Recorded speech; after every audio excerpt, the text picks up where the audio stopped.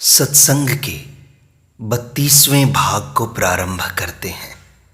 पूज्य स्वामी रामसुख दास जी कहते हैं, मनुष्य के एक तरफ संसार है और एक तरफ परमात्मा है।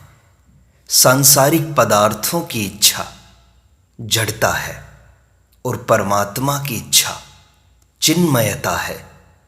दोनों की इच्छा होने से जीव होता है। संसार की इच्छा मुख्य होने से वह संसारी हो जाता है। परमात्मा की इच्छा मुख्य होने से वह साधक हो जाता है।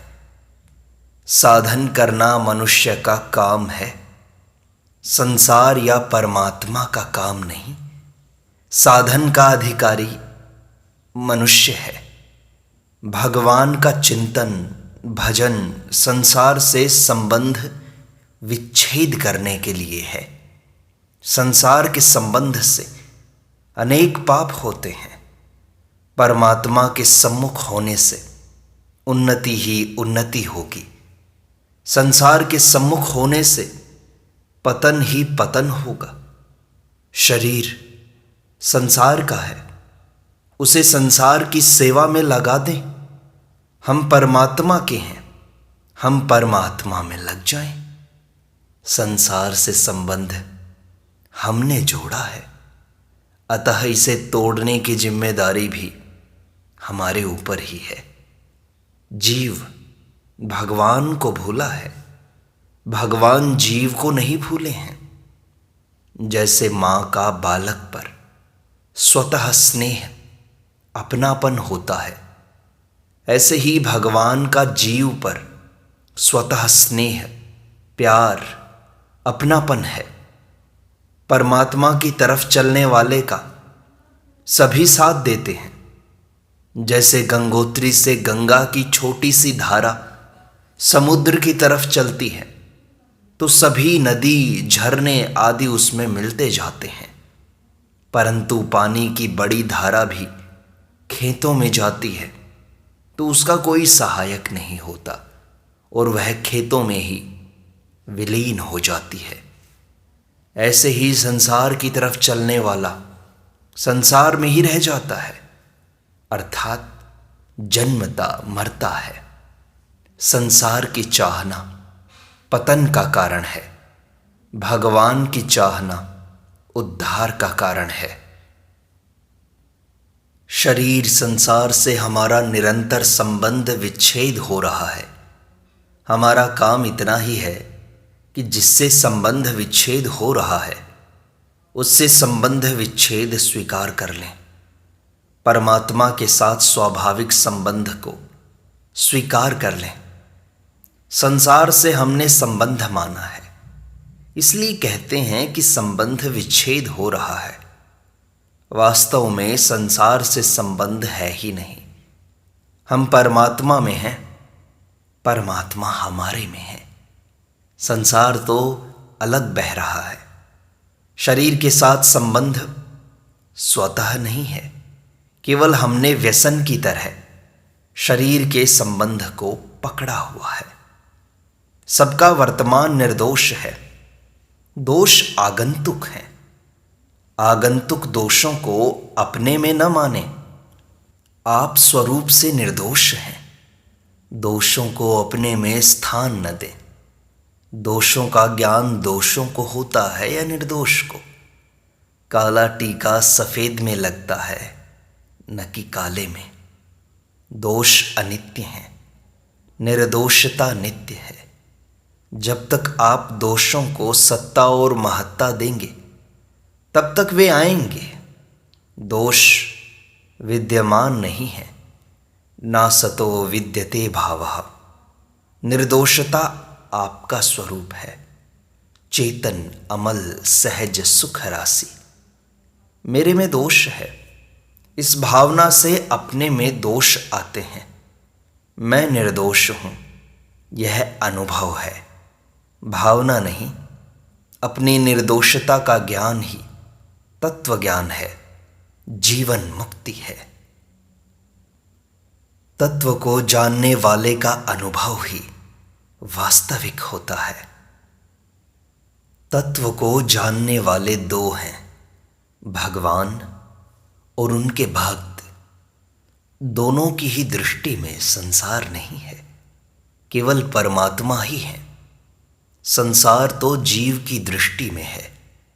संसार की सत्ता मानकर साधन करने से संसार की सत्ता दूर तक साथ रहती है।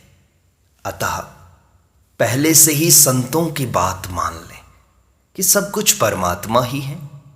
हमारे को अनुभव हो चाहे न हो, है तो सब परमात्मा ही। संसार को सत्य मानकर उससे संबंध रखते हुए कितना ही साधन करो, वर्तमान में सिद्धि नहीं मिलेगी। गुण हर समय रहता है, पर दोष आता जाता है। दोष के समय में भी गुण है। गुण ही दोष को सत्ता देता है। निषेधात्मक साधन में न परिश्रम होता है न खर्च। अतः किसी का भी अहित न करना सुगम है। परमात्म तत्व स्वतः सिद्ध है, केवल आवरण का निषेध करना है। निषिद्ध का त्याग करने पर विहित स्वतः स्वाभाविक होता है। पारमार्थिक मार्ग में न करने योग्य कार्य न करने से सिद्धि होती है। अंत में ज्ञान स्वरूप का नहीं होता, अपितु असत का ज्ञान होता है। त्याग से तत्काल शांति होती है। जाने हुए असत का त्याग कर दें, फिर न जाने हुए असत का त्याग सुगम हो जाएगा। विहित ग्रहण करने की अपेक्षा निषिद्ध के त्याग की महिमा ज्यादा है। देवताओं का शरीर बड़ा दिव्य है, उन्हें मनुष्य शरीर से दुर्गंध आती है। ऐसा होने पर भी वे मनुष्य जन्म चाहते हैं, तो इससे सिद्ध हुआ कि मनुष्य शरीर मनुष्यता का नाम है। शरीर मुख्य नहीं है, मनुष्यता मुख्य है। मनुष्य उस महान आनंद को प्राप्त कर सकता है जिसमें दुख का लेश भी नहीं है। मनुष्य शरीर में विवेक शक्ति की महिमा है, उसमें भी विवेक शक्ति के सदुपयोग की महिमा है। परमात्मा की प्राप्ति कर लेना ही सच्ची मनुष्यता है। क्रोध का कारण है कामना और अभिमान। क्रोध से बचना चाहते हो तो कामना और अभिमान का त्याग कर दो। क्रोध का सुख लेने से क्रोध भीतर बैठा हुआ है, उसका सुख मत लो। भगवान ने किसी भी जीव का त्याग नहीं किया है, जीव ही भगवान से विमुख हुआ है। किसी भी वस्तु को आप सदा अपने साथ नहीं रख सकते, पर उसे मेरी मानने से आप बंध जरूर जाते हैं और वह वस्तु भी अशुद्ध हो जाती है। उसे मेरी न मानकर भगवान का मानने से वह वस्तु शुद्ध हो जाती है, प्रसाद बन जाती है। यदि आप सच्चे हृदय से पुत्र से ममता हटा लो और उसे भगवान को सौंप दो, तो उसका स्वभाव सुधर जाएगा। भगवान का हो जाने के बाद कोई दुख भी आता है तो उसमें बड़ा आनंद आता है। हे नाथ, मैं आपका हूं, यह सर्वश्रेष्ठ बात है जो मुझे इन वर्षों में मिली। शरीर मुख्य नहीं है, आप स्वयं मुख्य हो। मनुष्य जन्म में हम पूर्ण उन्नति कर सकते हैं। दुख तो रहे नहीं और महान शांति आनंद मिल जाए, यह स्थिति हम इस शरीर में प्राप्त कर सकते हैं। इसमें मनुष्य मात्र का अधिकार है। विवेक की महिमा सदुपयोग करने में है। उस विवेक के सदुपयोग के कारण ही मनुष्य शरीर की महिमा है। जो वस्तु अपने से अलग होती है वह अपनी नहीं होती। घड़ी बंद होने पर फिर चाबी भर सकते हैं, पर श्वास बंद होने पर फिर श्वास नहीं भर सकते। साधन करते रहने पर भी सुख लोलुपता के कारण साधन की सिद्धि नहीं होती। सुख की इच्छा रहते हुए शुद्ध साधन नहीं होता। सुख की कामना ही दुखों की, पापों की जड़ है। सुख की इच्छा उन्नति नहीं होने देगी। आराम की इच्छा मुख्य रहेगी तो भजन गौण रहेगा। बिना सत्संग किए केवल पुस्तकों से प्रकाश नहीं मिलता। सत्संग करके फिर पुस्तकें पढ़ें तब बात खुलती है। पैसा कमाने के लिए तो अनुकूलता का त्याग कर देते हैं, पर भजन के लिए अनुकूलता का त्याग नहीं करते। यह बाधा है रुपयों की। जीते रहने की जितनी इच्छा है उतनी भगवान की इच्छा है क्या हमारे अंदर? सोचो तो सही, विचार करें। लोग हमें अच्छा कहेंगे तो क्या हम अच्छे हो जाएंगे? क्या भगवान हमें अच्छा मान लेंगे? सुख की इच्छा से सुख नहीं मिलता। यह नियम है, पक्का नियम। सुख की इच्छा पारमार्थिक मार्ग में महान बाधक है। यदि पारमार्थिक उन्नति चाहते हो तो संसार का सुख छोड़ना पड़ेगा। बेटा सपूत होगा तो धन कमा लेगा और कपूत होगा तो धन उड़ा देगा। फिर क्यों मेहनत करते हो? ज़्यादा धन होगा तो बेटों का पतन होगा। वे आलसी प्रमादी हो जाएंगे। असली बनिया वह है जो बन जाए, बिगड़ जाए तो बनिया क्या। जब तक एक भी प्राणी में बंधन है तब तक हम संतोष कैसे करें? जब तक आपके भीतर दूसरे के अहित की बात रहेगी तब तक उन्नति नहीं हो सकती। दूसरे के लिए कभी बाधक मत बनो। दूसरे को तकलीफ न हो, इस बात की तरफ विशेष ख्याल रखो। आज ही यह शिक्षा ले लो कि हमारे द्वारा किसी को भी तकलीफ न पहुंचे। यह परमात्मा की प्राप्ति का साधन है। कम से कम इस बात का ध्यान रखो कि हमारे द्वारा किसी को तकलीफ न हो। परमात्मा में प्रेम होने का नाम सत्संग है। सत्संग होने पर सद्भाव, सत्कर्म और सच्चर्चा स्वतः होंगे। किसी को भी तकलीफ न हो, यह विचार हो गया तो सत्संग हो गया। किसी को भी तकलीफ दी तो दुख का बीज बोया गया। किसी को बुरा न समझना, यह भी तो सत्संग है। प्रत्येक मनुष्य भीतर से परमात्मा का अंश है। हमें परमात्मा की तरफ देखना है, बुराई की तरफ नहीं। दूसरी बात, कोई भी मनुष्य सर्वांश में बुरा नहीं होता, सबके लिए बुरा नहीं होता और सब समय में बुरा नहीं होता। किसी का बुरा न चाहना, किसी को बुरा न मानना और किसी का बुरा न करना, इन तीन बातों को जो मान लेगा वह संत हो जाएगा। हर समय भगवान का स्मरण करो, न जाने कब अंतकाल आ जाए। जो चिंतन करते हैं वह नकली है और जो चिंतन होता है वह असली है। चिंतन करते हुए कार्य करना, इसमें चिंतन मुख्य है। कार्य करते हुए चिंतन करना, इसमें चिंतन गौण है। उत्तम साधक वह है जो चिंतन करते हुए कार्य करता है। सांसारिक कार्य तो बिगड़ेगा ही, सुधर जाएगा तो भी अंत में बिगड़ेगा ही। जिससे संबंध जोड़ते हैं, जिसमें आकर्षण होता है, उसका चिंतन देखो स्वतः होता है। मैं ब्राह्मण हूं, यह चिंतन हर समय नहीं होता, पर इसे हम भूलते नहीं हैं। मैंपन को बदलने से भूल नहीं होती। मैं भगवान का हूं, इस प्रकार मैंपन को बदल दें। मैं भगवान का हूं, यह सच्ची बात है जो कभी मिटती नहीं। रोगी व्यक्ति को भगवान का स्मरण कराना सबसे बड़ी और सच्ची सेवा है। सत्संग के द्वारा अपने मैंपन को बदल लें कि आज से मैं भगवान का हूं। विवाह में एक ब्राह्मण के कहने से आप अपने को पति का मान लेती हैं। अब एक साधु के कहने से मान लो कि हम भगवान के हैं। वास्तव में आप सदा से स्वतः भगवान के हैं।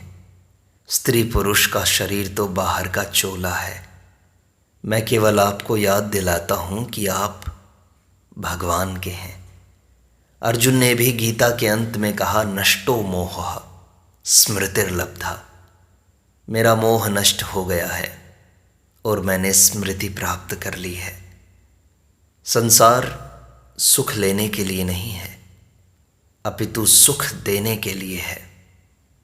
भगवान की तरफ चलने से निर्मलता स्वतः आती है। संत महात्माओं की बातें सुनने के बाद ये बातें पुस्तकों में, शास्त्रों में भी मिल जाती हैं और समझ में आ जाती हैं, जबकि पहले पुस्तकें पढ़ने पर भी वे ठीक समझ में नहीं आती। जैसे कांटा निकालते समय दर्द तो होता है पर दुख नहीं होता, प्रत्युत कांटा निकल रहा है इसका सुख होता है। ऐसे ही ज्ञान होने पर पीड़ा का अनुभव तो होगा पर दुख नहीं होगा। व्रत उपवास करने पर अन्न न मिलने का दुख नहीं होता, परंतु बिना व्रत के अन्न न मिले तो दुख होता है कि आज न जाने प्रातः किसका मुख देखा जो अन्न नहीं मिला। दवाई कड़वी लगती है पर उससे रोग कटता है। प्रतिकूलता में हमारा कर्जा उतरता है। पाप फल भुगता कर नष्ट होता है। विवेक को लेकर ही मनुष्य शरीर की महिमा है। भगवान ने संसार मात्र के कल्याण के लिए विवेक दिया है। यह विवेक मनुष्य में स्वतः है। विवेक का आदर करना, उसको महत्व देना साधक का काम है। शरीर को मैं, मेरा मानना असत का संग है। शरीर को मैं, मेरा न मानना सत का संग है। शरीर का सदुपयोग है संसार की सेवा करना और भगवान को याद करना। व्यवहार यथा योग्य करते हुए भी भीतर से शरीर को मैं, मेरा न माने। जो चीज़ सबकी है वही हमारी हो सकती है, जो सबकी नहीं है वह हमारी नहीं हो सकती। परमात्मा सबके हैं। परमात्मा के सिवाय कोई भी चीज़ ऐसी नहीं है जो सबकी हो। अतः एकमात्र परमात्मा ही तो हमारे हैं। संसार का अंश संसार को दे दो और परमात्मा का अंश परमात्मा को दे दो। इसका नाम मुक्ति है। धर्म के लिए भी धन कमा लेना तो दूर रहा, धन कमाना भी ठीक नहीं। शास्त्र में आया है कि जिस धर्म के लिए धन संग्रह की इच्छा होती है उसके लिए उस इच्छा का त्याग ही श्रेष्ठ है, क्योंकि कीचड़ को लगाकर धोने की अपेक्षा उसका स्पर्श न करना ही उत्तम है। कपड़े में कीचड़ लग जाए तो पानी से धोने पर भी वह पूरा नहीं छूटता। धर्म धन के अधीन नहीं है। धर्म के लिए भी धन लेने पर धन का महत्व ही बढ़ता है। बंबई में मेरे सामने गायों के लिए धन इकट्ठा करने के उद्देश्य से सत्संग स्थल पर पेटियां रखने की बात कही गई, तो मैंने कहा कि मैं यहाँ धर्म का महत्व बढ़ाने आया हूँ, धन का महत्व बढ़ाने नहीं आया हूँ। भगवान के यहाँ रुपयों की संख्या नहीं देखी जाती, अपितु शक्ति देखी जाती है। जिसके पास 100 रुपये हैं वह 1 रुपया दान कर देता है। ऐसे ही करोड़पति ने 1 लाख रुपए दान किया तो वास्तव में उसने 1 रुपया ही दिया, पर देखने में वह बड़ा दानी दिखता है। जिसके हृदय में रुपयों का महत्व है वह दान नहीं कर सकता। शुभ कार्य में पैसा लगाना बड़ा कठिन है। रुपए कमाने में तो सब साथ देंगे, पर दान करने में साथ नहीं देंगे। संसार की एक वस्तु को लेने से उसके साथ अनेक आफतें पैदा हो जाती हैं। एक मोटर लेते हैं तो आफतों की लाइन लग जाती है। ड्राइवर चाहिए, पेट्रोल चाहिए, लाइसेंस चाहिए इत्यादि। कोई संबंधी या पड़ोसी मोटर मांग लेता है तो आफत। मोटर दे तो मोटर खराब, और मोटर ना दे तो मन खराब। आप समझते हैं कि हम मोटर पर चढ़ते हैं, पर वास्तव में मोटर आपके हृदय पर चढ़ जाती है। मैं पैसा पास में नहीं रखता तो वास्तव में मोटर पर मैं चढ़ता ही हूँ। पेट्रोल समाप्त हो गया तो चिंता नहीं, मोटर खराब हो गई तो चिंता नहीं। पुण्य रुपये से नहीं होता, अपितु त्याग से होता है।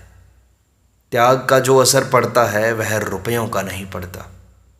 सेठ जी श्री जय दयाल जी गोयंद का किसी अभावग्रस्त को रुपया देते थे तो कहते थे कि न तो मैंने दान दिया है और ना ही कर्जा दिया है, मैंने तो रुपया अपने घर खर्चे में लिख दिया।